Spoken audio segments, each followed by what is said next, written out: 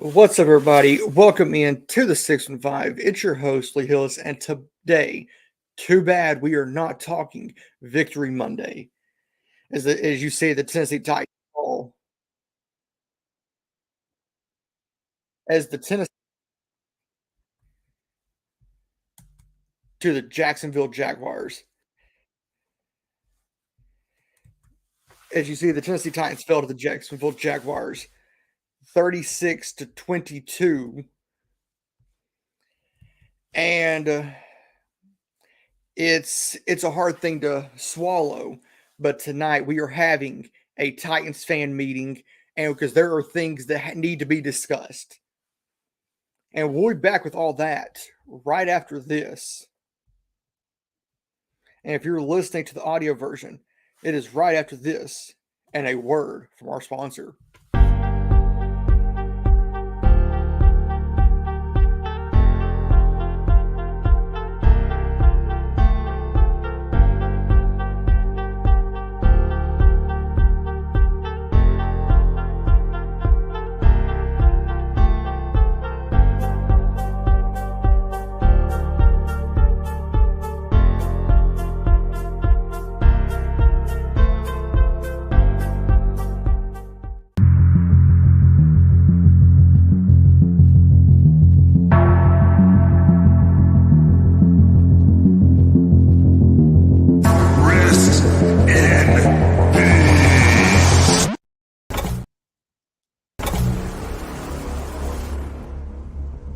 Tennessee Titans season's over. Let's call it what it is. Running the ball now.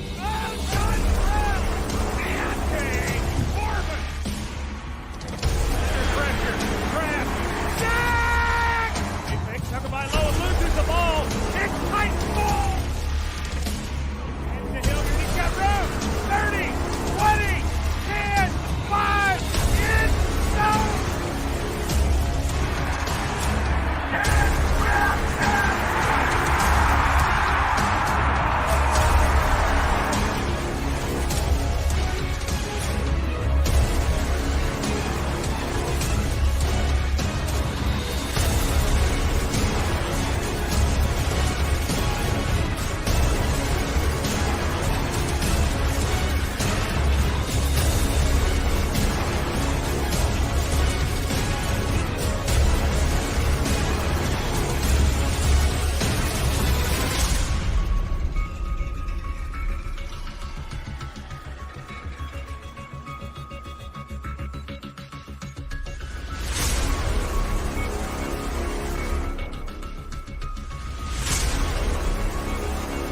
Go win the Super Bowl for this entire season. Take a deep breath. Okay, have some fun. These boys and these things. You're gonna make mistakes. Every one of you is gonna make a mistake. Go figure out a way to make it right.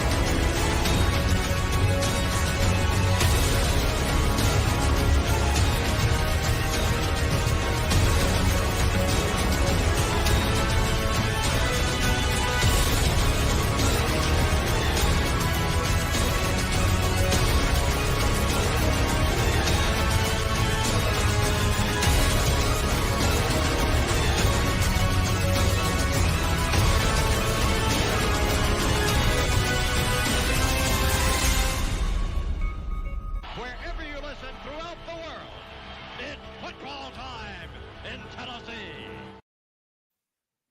What's up, everybody? Welcome back. And of course, this show is going to be probably the most stone cold truth type show for me. So it's a little bit out of my element, but there was some breaking news that came out earlier today. The Titans have released Ola Adani and linebacker Joe Schobert. So there's two roster spots open. Question is, who comes back? Is it Zach Cunningham? Is it somebody being brought in? Who knows? And also, coming out a little while ago, a tweet from NFL insider Ian Rappaport. Former Titan punter Brett Kern has signed with the Philadelphia Eagles. Could Brett Kern be going after a title this year? We just have to wait and see. And of course, shout out to Steven Crosio, who I actually have heard about through Chris from Titans and Truth. But this game, it was the Titans' game to win. This is a team, I looked all the way back to the year of 1999. The Titans have beat Jacksonville 31 times since 1999. Jacksonville's only won 17 games against Tennessee, and that's including the win yesterday. The Titans have single-handedly put this game in. This game should have been won by Tennessee, and here's why. Ryan Tannehill, 25 of 38. That's not a bad game for Ryan. 254 yards. That's the most he's had over the last couple of weeks. 2 touchdowns and interception. Ryan Tannehill, that one interception, yeah, it hurt. But the next guy on this list, Derrick Henry, had 17 carries, 121 yards, and a touchdown. But he also had a very, very costly fumble. Derrick, I'm going to say this. It's a first down and 10, and you get the little dump off to Derrick. Usually telling Derrick, if you get the first down, like what, because the ball was at the 38-yard line of Tennessee, or of Jacksonville. The first down marker was at the 28-yard line. If I'm Derrick, I'm saying if you get to the 26 or the 28, 29-yard line, aim for the sideline. Get out of bounds because you already have the first down. And if they hit you out of bounds, it's an extra 10 yards. So if you get hit out of bounds, you're in the red zone. And looking at the first half, Jacksonville got 17 points in the first half off of turnovers. That shows how undisciplined this team really is. Tennessee needs to they need to wake up. Because right now they're on pace to lose the division. Yeah, they're 7-6. They have a 2-game lead on the closest team to them, which is Jacksonville. But 2 losses, if Tennessee loses 2 games and Jacksonville wins 2, it's hard to climb back. So the Titans need to wake up.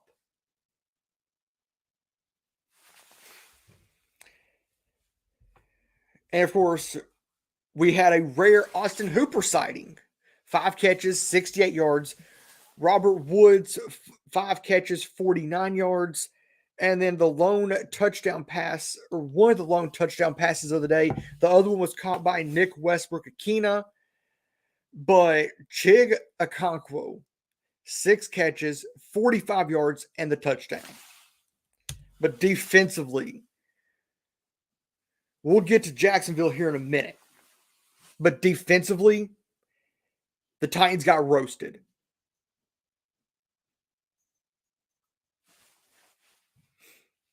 And as I said, the Titans got roasted. Their secondary couldn't stop a thing. This secondary is soft. The Titans secondary is as soft as you can get. Whoever the secondary coach is for the Titans needs to be fired. Andrew Adams, 8 tackles, 2 assisted. Monty Rice, 7 tackles, 5 assisted. Bud Dupree, 5 tackles, 1 assisted. Roger McCreary, 4 tackles, 1 assisted. You're not going to win games like that. You need sacks and you need turnovers. If you lose the turnover battle +4, you can't do anything in this league. And even giving up 4 quarterback sacks, you can't do anything. And that's where this point right here comes in at. I tweeted this out to Jill Jelnick, and it says, if you're turning the ball over 4 times and your quarterback is sacked 4 times, you don't deserve to win. You don't deserve to win with that type of performance. And I 100% wholeheartedly stand behind that. And yes, both the Titans and Jags have Dallas and Houston left before facing each other. But the Titans have the Chargers this week, while the Jags take on the New York Jets after the Dallas Cowboys game. Both teams have big games coming up. Tennessee cannot go out to the West Coast and lay a goose egg this week. This defense needs to fly around. This defense needs to get back to what we know it can do. We need to get back to being able to rush the passer. This secondary, as I said, is soft. This pass rush needs to get back to what it was. We need Danico Autry back. We need Jeff to play at the high level he can do it, which we know what he can do. And Bud Dupree, I'm just going to say this. If I was to be the GM next year, let's just say that, I would part ways with Bud Dupree in a heartbeat. Bud Dupree is not an asset. He's a liability. Taylor Lewan is a liability. Zach Cunningham is a liability.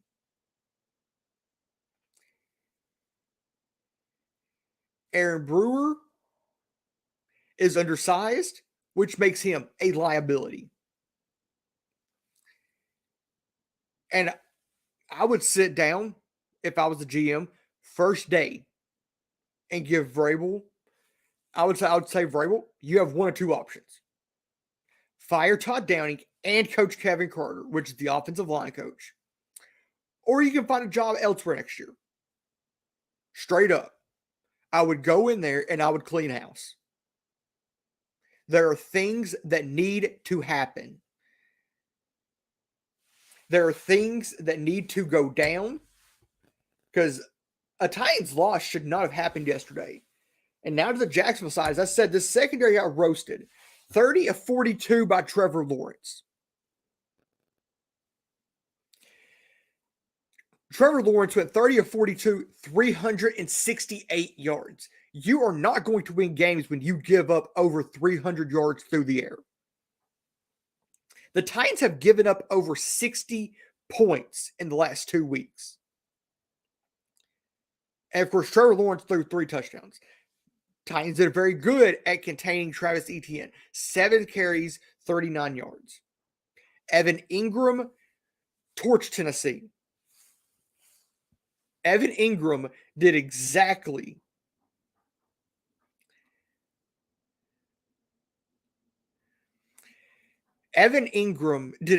what Christian Kirk did to Tennessee last year. He chewed us up and he spit us out. 11 receptions, 162 yards. That's a career high for Evan Ingram. And he had 2 touchdowns. That's just criminal on our secondary. Zay Jones, 8 catches, 77 yards, and a touchdown. Christian Kirk was held in check. 5 catches, 45 yards. And Titan Fox, I completely agree. Both Fulton and Avery need to be healthy for our backfield to do anything less than soft. Byard, Hooker, and Adams are good, but they can't do it alone. McCrary is good, but not great yet. I agree. McCrary is getting there, but he's not there yet. And Steven Crosio, Mike Vrabel can't have both Downing and his job. But what he gets the say on who the GM should be. Which I feel like Miss Amy goes to Mike in those situations, which I don't know.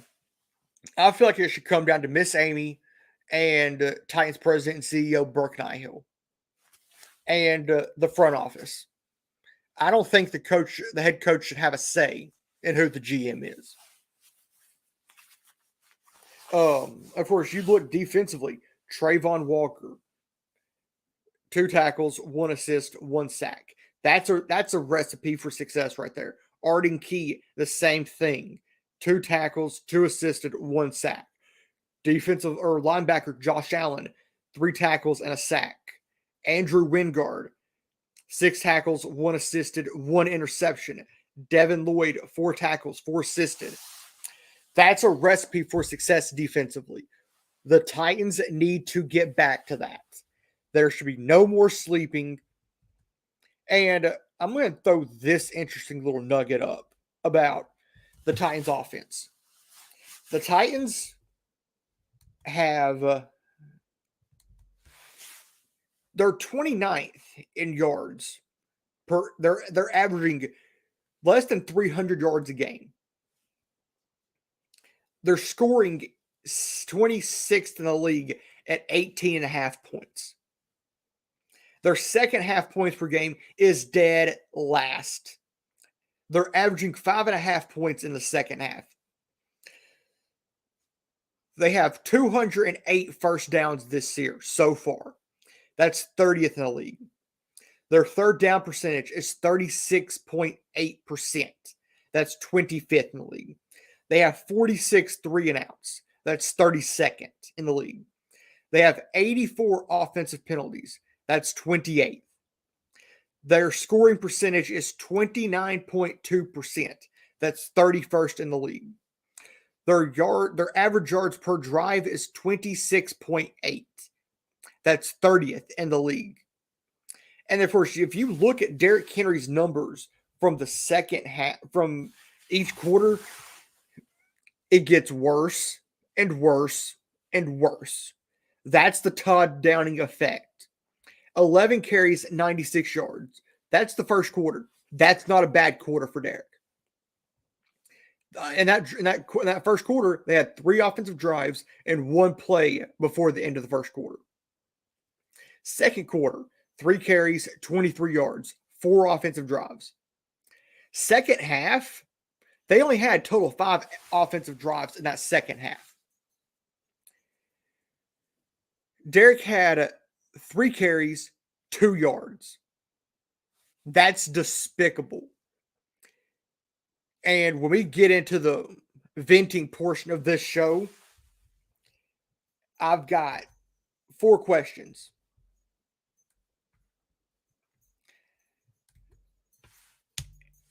And we're fixing to head into that portion of the episode. But first, I've just got to show this. And I showed it on Wednesday night of last week while previewing this episode. Or previewing this game. And if I can leave you with anything, I want to leave you with this. Hear me clearly when I say this. There are people who come in your life sometimes to be there for a season. They weren't meant to be there always. Sometimes we find ourselves hooked up with people that we think are there for a lifetime, but they were only supposed to be there for a season. There are people who come in your life like boosters for a rocket. If you ever watch a rocket go into space, the boosters fall off when it reaches a certain altitude.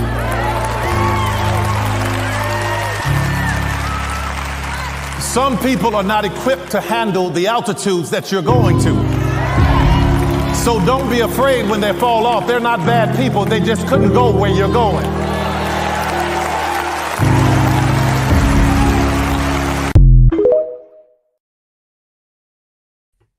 And now, the venting session is in progress.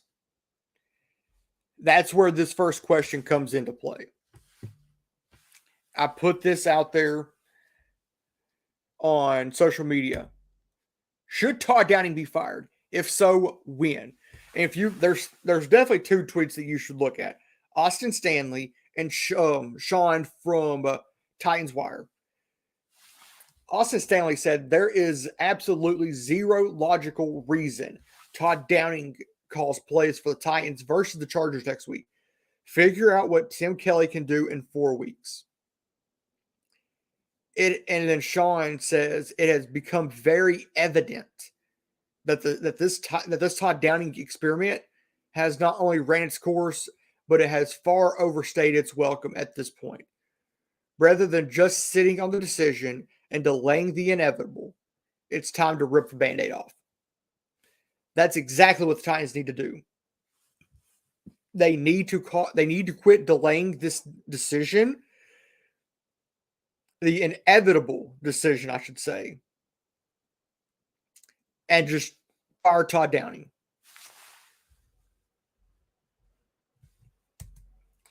And I agree, Todd Downing should be fired by the end of the season, before the Titans find a GM. Because, as I said, if I was the GM, I would look Mike Vrabel dead in the eye and say, you have one of two options. Fire Todd Downing and your offensive line coach, Kevin Carter. Because question is, and that takes us to this right here,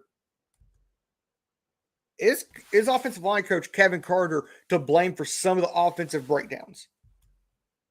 You can make a case, yes. Yes, he is to blame on some of the offensive breakdowns. The second question is, after the season, do you clean house, coaching staff and all, or leave it the way it is? And again, if I was the GM, I would back the garbage truck up to the facility, and I would clean house. I would clean house quick. First person to go is Mike Vrabel. If I was to give him that ultimatum, either fire Todd Downing or find a job elsewhere next year, and he was to say anything less than okay,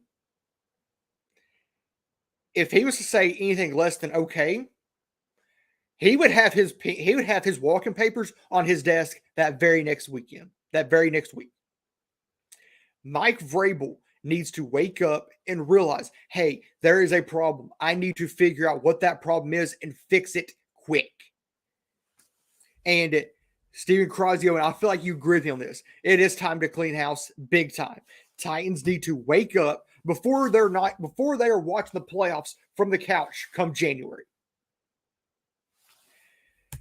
The second question is, if the Titans fail to make the playoffs, will Vrabel be fired by the new GM? I don't think Vrabel's around for the new GM. I think the new GM fires him big time. No ands, if, buts, or maybes. Because the GM didn't hire Vrabel. He has no loyalty to Vrabel. The new GM will want to hire his own man. This new GM will want to hire his own coaching staff, his own regime. He will want to hire his own people. So I guarantee you the new GM will come in and clean house. And if the Titans make the playoffs, good for them. Mike Vrabel's still gone.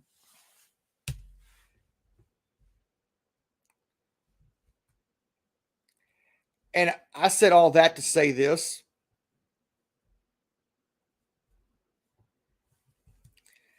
And that makes a very good point. Steven Crosby says, I don't think Mike Vrabel will be fired, but I think he will quit if the new GM doesn't give in to his demands. I think he will too. I think when the Titans find a GM that will put his foot down to Mike Vrabel will run. And I wouldn't be scared to go in and throw my name in for GM. I wouldn't. Because I would go in and clean house. Because I was just mentioning to somebody earlier, if there are 6 players that are released, Bud Dupree, Taylor Lewan, Robert Woods, Zach Cunningham, maybe Ryan Tannehill, if they get the right head coach to work with Malik. And let's just throw out another name. Aaron Brewer. If the Titans released all those guys, you open up in the ballpark of $46 to $64 million. $46 $46 to $64 million.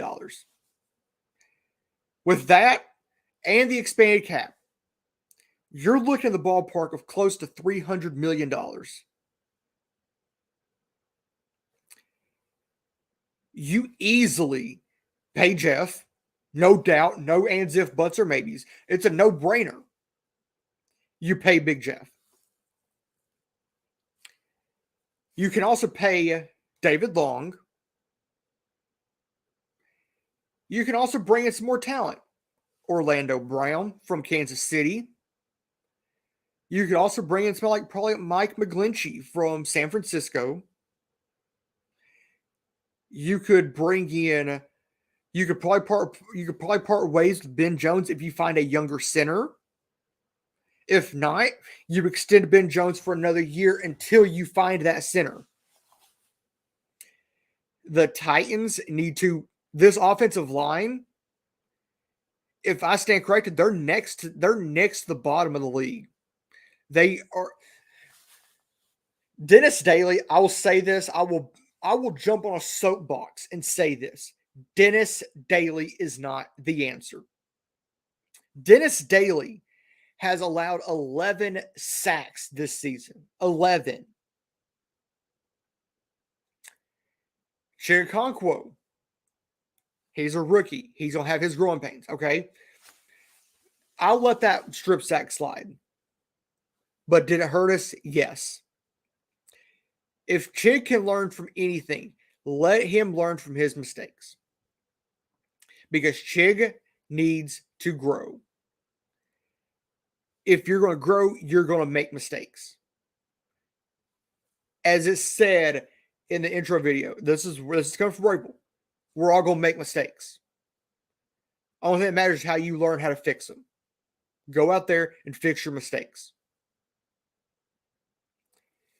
Players are going to make mistakes.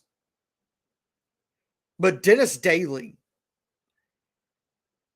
is one of the biggest liabilities on this team right now. He's an even bigger liability than Bud Dupree. He's a bigger liability than Taylor Lewan. He's an even bigger liability than Ryan Tannehill. Tannehill's done good this year. Five interceptions all year. But he's been sacked nearly 40 times. This offensive line, and that's why I mentioned this right here, is offensive line coach Kevin Carter to blame for some of the offensive breakdown. No doubt. This offense, it's his job to get this offensive line ready to go week in and week out. He needs to be gone. Todd Downing needs to be gone. And I said, and I said this, and I'm going to say it again. And Chris from Titans of Truth has even said this. If Mike Vrabel says anything less than okay to firing Todd Downing, he should be gone. And I think if Vrabel says no, he will be gone.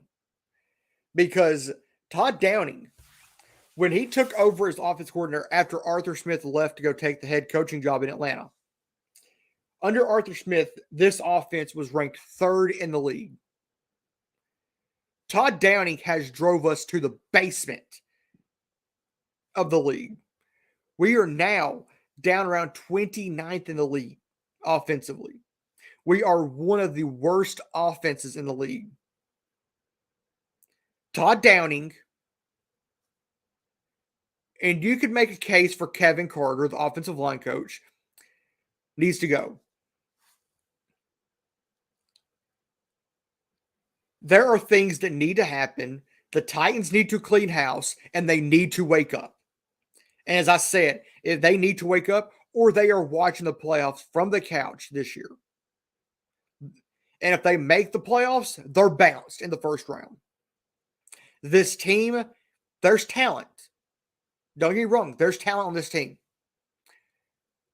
But Vrabel, yeah, we've had a winning season under him ever since he's been here.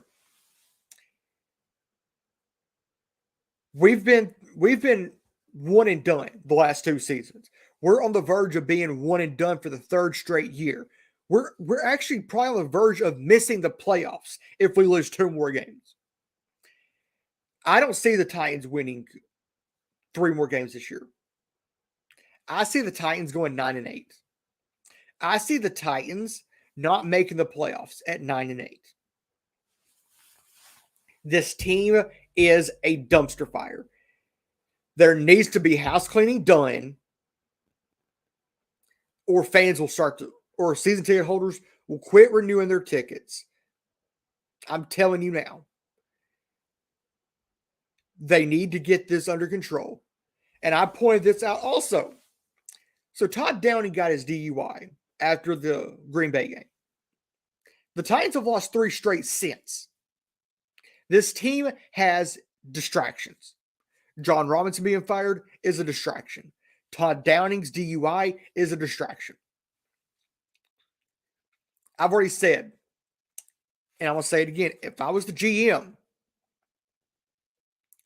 Todd Downing would be suspended for the rest of the season. Tim Kelly would take over play calling. There's a whole lot more that needs to be said. But I've said a lot already. Big things are coming. Big changes are coming to this organization. Either with or without Mike Vrabel. Either with or without Todd Downing. Either with or without Shane Bowen. Either with or without Ryan Tannehill. Either with or without Bud Dupree. Things are going to get shaken up and moves are about to be made. And that's all I got to say. And as I always say, stay classy and tighten up.